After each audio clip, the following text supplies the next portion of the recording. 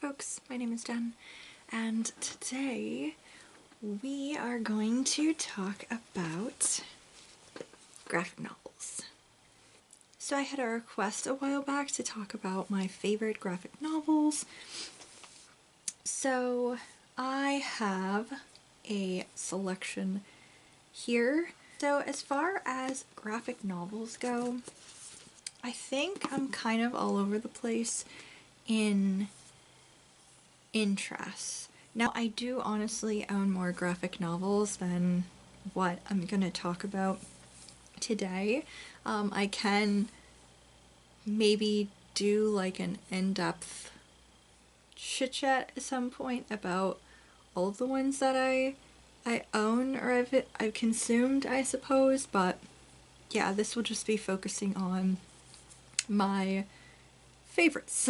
So, I've read a whole bunch of graphic novels, and I think at this point, I don't think there is a set genre that I prefer more than anything else, really.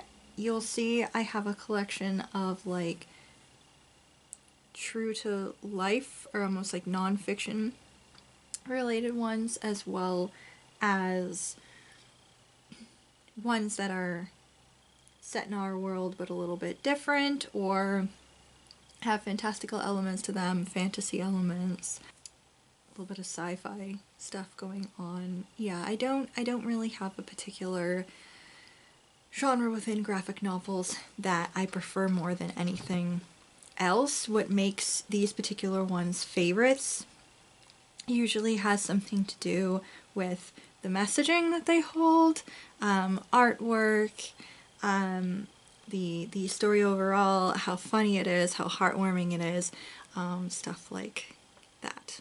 I think maybe we'll focus on the ones that are more true to life first, or not really true to life. What am I? Having a brain fart, you guys. Contemporary. More contemporary ones before I get into like the fantastical stuff. And actually we have a couple of books. Well, there's two graphic novels that are technically nonfiction or like retellings of true life things. And then I've got one which is like, it's not really a memoir, but it is inspired by things I believe that happened within the author's life. So, yeah. So, the first one that I can talk about actually is kind of interesting because it's, I suppose it's more mixed media than it is a strict graphic novel. In a sense, there must be a better way to describe this. It is hyperbole and a half. Unfortunate Situations, Flawed Coping Mechanisms, Mayhem, and Other Things That Happened by Ali Broche. This is containing, I think most of them are stories from Ali's blog. It's been a very long time since I've looked at it. I don't think it's been kept updated in a long time. I could be wrong because I just stopped checking after a while because she didn't update. But I know that most of the stories in here are from the blog, and then there's like other stories that were not featured. This is basically what it is. It's a memoir of situations in her life. Sometimes things get a little bit crazy, but it's a lot of fun.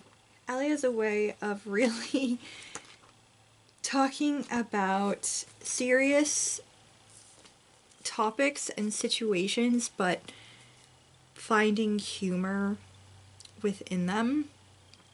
And I enjoy all of the stories, especially the ones, you know, when she's talking about coping with issues in mental health and everything. I found that to be very relatable and,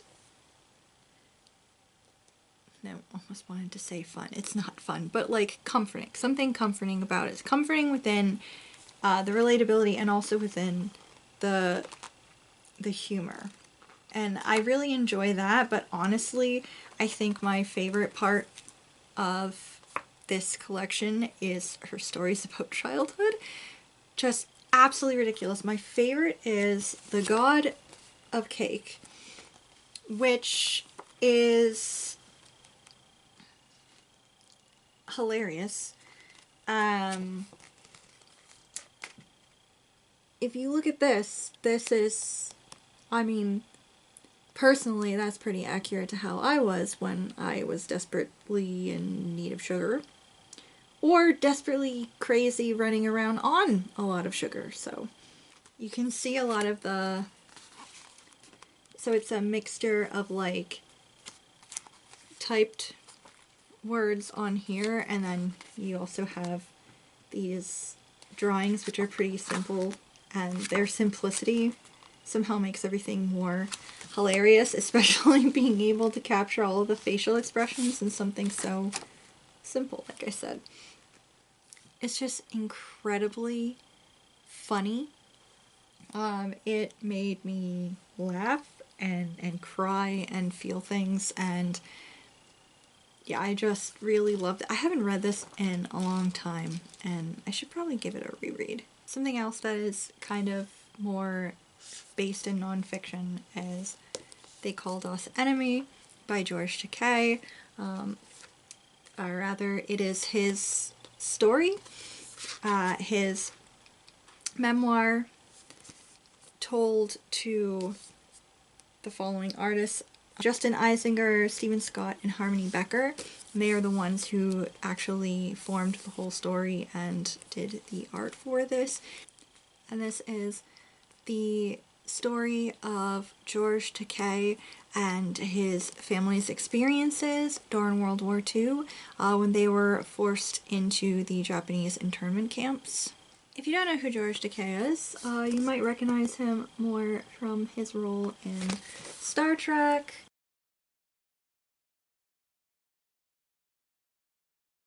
You might know him, I suppose, as the Oh My Man.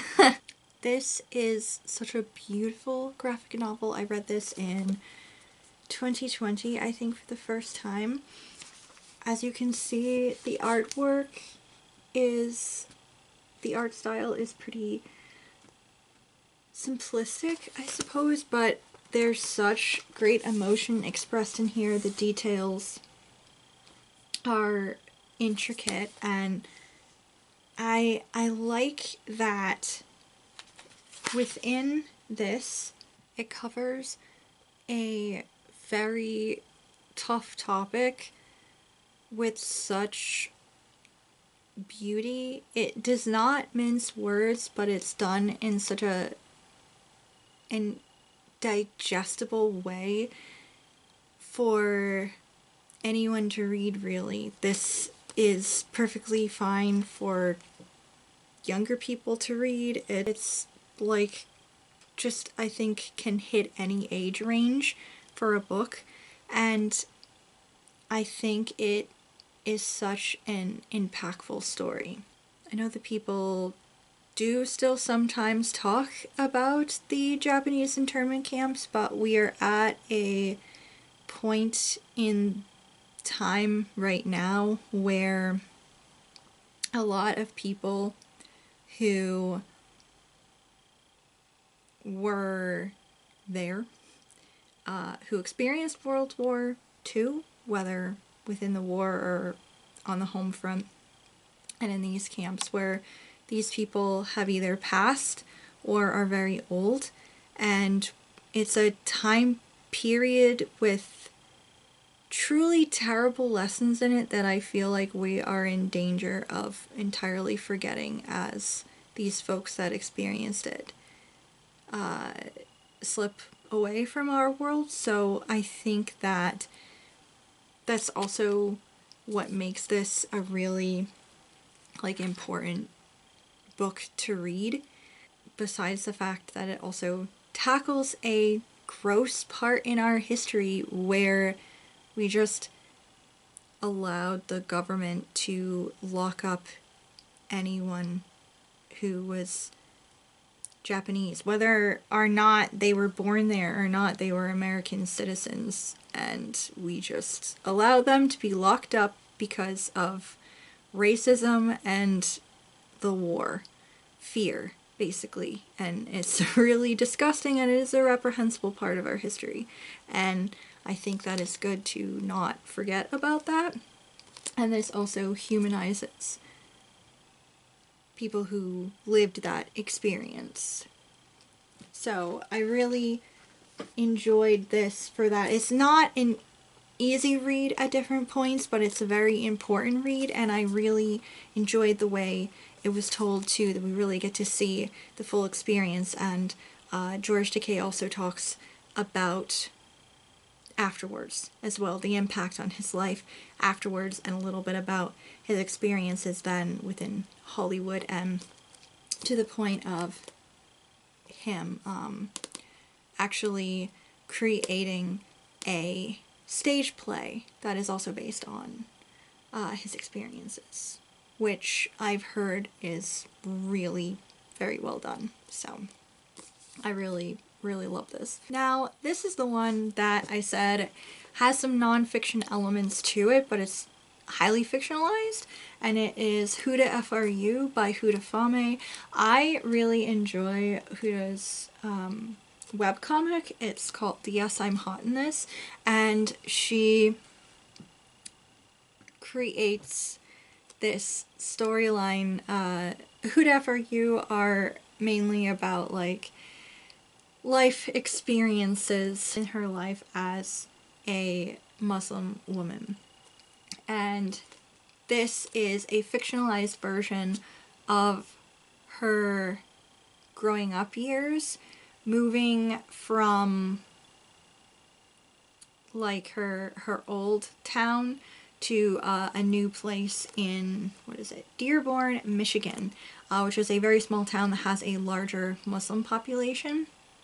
And it is basically her getting used to this new town and trying to figure out who she is, not only as a young Muslim woman, but also as a person, because this is also, I believe, she is in junior high at the start of this, and she is also trying to find herself, like we all try to do when we experiment with our clothes and our hair and like our look and interest and everything. When you are a teenager and you're becoming like your own person, you really try to figure out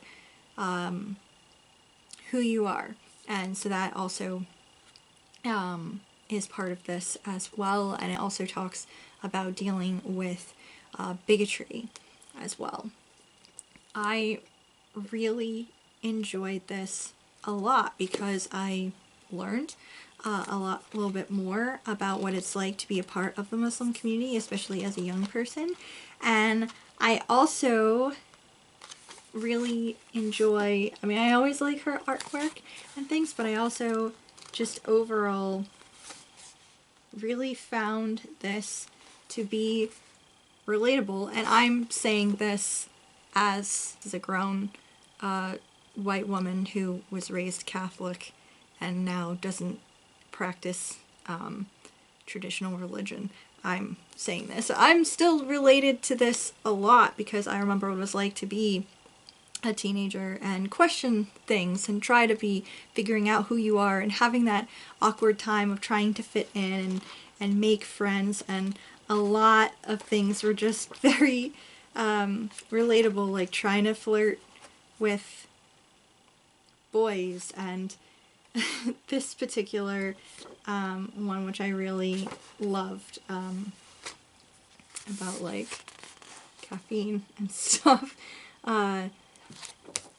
and just various things like that, I just found to be really enjoyable too. So yeah, I just really enjoyed this because it not only gave me a new look at a community that I don't really know that much about, and gave me some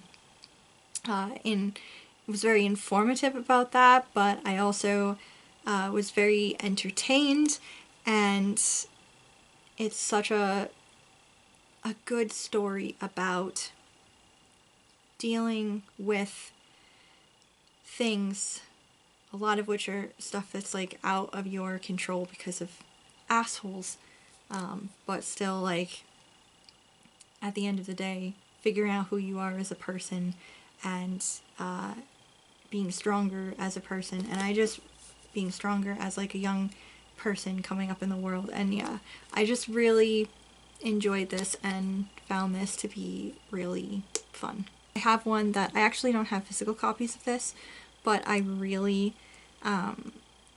love this series, and I would like to get my own copies at some point. Actually, I don't even know. Did I finish reading this? I don't even think I finished reading this, but I just really loved it. And it's called Check Please, and it's by Ngozi Ukazu. And this is a graphic novel series that is following Eric Biddle. He used to be a figure skater. He has his own like vlog, and he's a baker, or rather an amateur patissier. He is starting at this prestigious university, and he ends up joining in his freshman year the hockey team. And the hockey team at the university is way different than his previous experiences with it. And it's so heartwarming. The artwork itself is pretty cute, and I also just overall just love this story. It is Biddle basically finding the place where he belongs. He basically wins the team over with his pies and his baking and his just irrepressible positivity. And they're such an awkward, weird, hilarious group of dudes, and they all become like a little found family element to it. Biddle is also gay, and he eventually comes out to the team, and they just fully accept him, and he's just one of the dudes. They're all good friends. Like I said, there's a found family element to it. It's also wicked funny, and there's such like a hockey culture to this as well, which of course is about like a freshman hockey team, but there really is like this distinct like hockey culture, which I enjoy hockey, but I'm not like super duper like into it or involved with it in any way.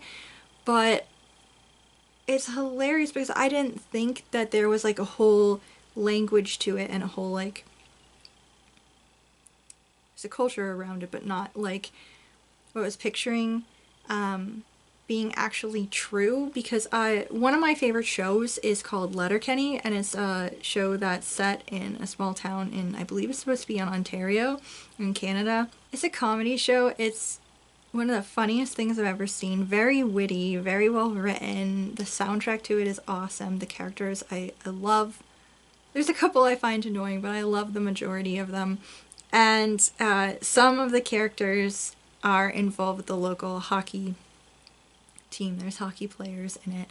And there is that kind of like the language, the subculture, the things like that. And I didn't think that was like a real thing for some reason. I just kind of assumed that that was like maybe for this, or maybe it's just like Canada.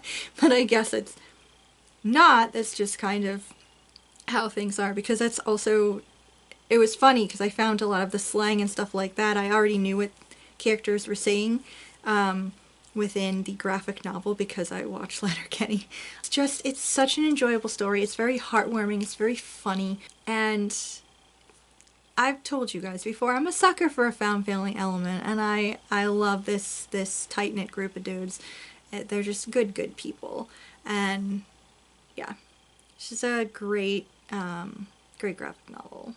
Another one that is based within our world is Pumpkinheads by Rainbow Rowell and Faith Erin Hicks. I've talked about this one a lot, I think.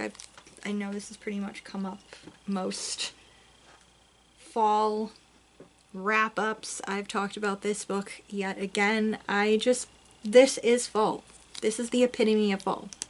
Is this graphic novel. It is two friends, Josie and Deja, as they tackle their last Halloween at this pumpkin patch that they've worked at throughout all of their high school. It's their senior year. They're going off to college the following fall, so this is their last time for real at the pumpkin patch, and it's like a big deal.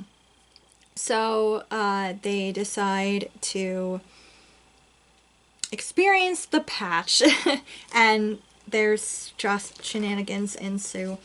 I really love the colors in here. Everything is the perfect autumnal look, really. It also has a lot of like food stuff like this. I've talked about before. It is a pumpkin bomb vanilla ice cream sandwich between two wedges of pumpkin pie on a stick dipped in chocolate. There's kettle corn. There's succotash, which I don't like succotash, but I mean, if you do, good for you. And just such fun stuff. Here's a map of the pumpkin patch, by the way. I wish this existed, for real. Sounds like so much fun. It's got just great autumnal activities, and it's honestly just a really cute story. There's also funny bits in here. Fall's my favorite season, so I mean, of course I'm going to absolutely love a graphic novel that is basically just fall, like exploded all over it. Okay, I'm gonna try to go quick through this last couple because my memory is almost full. Okay, so I've talked about this one a bunch too, and it is Seance Tea Party by Raymana Yee. This is actually my favorite graphic novel of all time. Same goes about the autumnalness to it. Fall's my favorite time of year. This has such wonderful autumnal colors and everything to it. It's spooky, it's heartwarming, it's heartbreaking, it's beautifully done. This is the story of a young girl named Laura who is afraid of growing up because she is afraid of having to give up things that she loves to become a teenager and fit in and everything. And it's a beautiful story of her finding her place, basically embracing the spooky girl that she is at heart. And in the course of her trying to hold on to bits of childhood, she ends up throwing a seance tea party in which she re-meets the ghost that haunts her house, whose name is Alexa. And it's such a beautiful story. Such a wonderful, beautiful story. That will, I believe I've said before, it will rip your heart out of your chest, but then put you back together again. It's just so beautiful and so well done. Yeah, if you want to hear me talk a little bit more about it, I did post a video several months ago about my favorite fantasy and favorite graphic novel of all time, and this was the graphic novel that I talked about. So this is our world, but there's fantastical elements to it, and this is actually a book. This was the first graphic novel I ever read, and I have loved it since I was like 11, 12 years old. And it is City of Light, City of Dark by Avi and Brian Floca, and this is a story about how do I really explain this book? This is such a complicated book. Here, I'll read the book description because I don't know how else to explain this well enough. Two kids fight to save their city from eternal winter. This story starts with the Curbs. They basically are the true owners of what we call Manhattan. They give people light and warmth to establish a city on one condition: the people must return the power. Every year, risk losing the city forever. The system works for centuries until evil Mr. Underton tries to steal the power. If he succeeds, the Curbs will take back the city, reducing it to a frozen tundra. It's up to Carlos and Sarah, 2 young kids, to find the power housed within a subway token and keep the city safe despite secrets of Sarah's history that are entwined with the token. What ensues is a race against the darkness and the lies of the past. It is action-packed. It is such a really cool story. Again, the artwork, simplistic in some cases, but then you really look at certain details. Like, look at that. It's so cool. Try to find a detail that isn't like a spoiler or anything. Here's one. Look at the pen work on that. Isn't that cool? It's so fantastical. It's got like a dark element to it. It's just a little creepy, but it's so fun. There's a little bit of humor in it, but it's mostly just so quick, so action-packed. There's friendship, there's secrets, there's family, there's adventure. It's just so cool. It's such a fun story, and I was also a pretty big fan of Avi and his works when I was a kid. So if you also have enjoyed Avi's works and you haven't read this one, you definitely should pick it up. Just really action-packed, super fun. We have a couple of fantastical ones. Here's a standalone one. It is The Prince and the Dressmaker, and this is by Jen Wang. And this is such a absolutely sweet story. It has Prince Sebastian, who is supposed to be on the lookout for his bride, or rather his parents are looking out. He meanwhile is key on keeping his secret of dressing up like Lady Crystalia and going out and having like a life out on the town at night. And his secret is partially kept by his best friend, who is this apprentice dressmaker named Frances, and their friendship is just so sweet and so heartwarming and so beautiful. The artwork is really, again, the colors, beautiful, really cute looking, absolutely cute. Everything really adorable, absolutely sweet, and such a sweet story about, again, like figuring out who you are, being true to yourself, friendship, love. It's so sweet, absolutely adorable. Last couple series I have to talk about, I've talked about pretty recently, so I try not to spend super long on them either. I talked about them more in my, let me see, my wrap up for January, and also I believe my February wrap up, I think. Yeah.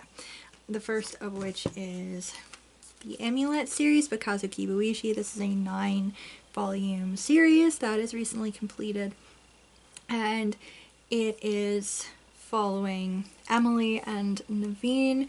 They are 2 young kids who their family went through a tragedy a couple of years prior, and they have recently moved a fair distance away with their mother to try to start over at their old family home, this big old mansion in the woods that their mother's grandfather owned. And their first night within this building, this terrifying monster appears in the basement and abducts their mother and drags her off into this other world, and Emily and Naveen follow to rescue her, and the story pretty much starts from there. They are over time caught up in the politics and conflicts of this fantastical world, which also features these people called the Stone Keepers, which are certain people that wear the amulets and are able to harness the power. This was such a beautiful series. It does have a couple of parts where it kind of slows or gets a little bit Deus Ex Machina, and you just want to be like, really, what is happening? But there's so many cool elements to this. If you are a fan of steampunk stuff going on, there's that. If you're a fan of giant robots, there's that. If you're a fan of space adventure, there's a little bit of that. There's some people of varying races and things. There's magic, there are elves, there's political intrigue a little bit, there's conflict, there's friendship and family. It's very action-packed, and it is absolutely beautifully illustrated. I've already shown some of this before, but I will pull up some more artwork here so you can get a clear idea of what I'm talking about. This is just so gorgeous. I know that during my wrap-up I also shared some of the art, the really beautiful artistic images in here. It's just so gorgeous, so fantastical, really cool. Like I said, just a really fun series all around. And the last one I want to talk about is another series I really love, and that is The Adventure Zone. And this is by Clint Griffin, Justin Travis, McElroy, and the artwork in this is done by Carrie Peisch. And this is a series that is based on the Adventure Zone podcast, which is a podcast in which the brothers McElroy and their father Clint have been running a D&D campaign following their 3 adventures. Griffin is the DM, and then his 2 brothers and father play the characters. We have the dwarf cleric, Merle Highchurch, you have the human fighter, Magnus Burnsides, and then you have the elf wizard, Taco. These 3 chuckle fucks bumble their way through situations, and it's absolutely hilarious. This is such a fun series. If you are a fan of the podcast and you haven't read the series, you should. If you are interested in D&D, you should check this out. If you just want a comedic look at a fantastical world kind of based off of D&D elements, you should definitely check this out. It's so funny, and so far there are 5 volumes. I believe this volume 6 has either just come out or is coming out sometime this year, and I don't know how long the series is going to continue, but it's so good. It is so good. Like I said, it's so funny. I really love the world building that is happening here. The world just keeps expanding with each volume, and I really love, especially within the last couple of volumes, like a little bit in the first 2, but especially with 3, 4, and 5, we've also been getting a lot of like heartwarming scenes too. We're learning more about the characters and their past and their backstories, but then we're also seeing sweeter sides to things. It's not all just, as Taco says at one point, a bunch of dick chokes.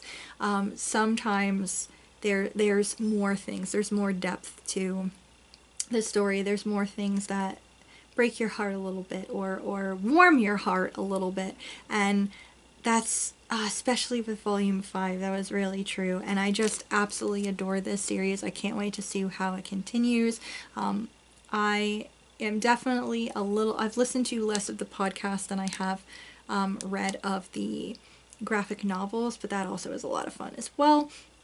And yeah, I just really love this and really recommend it if you just want a comedy graphic novel with, like I said, fantastical kind of D&D world.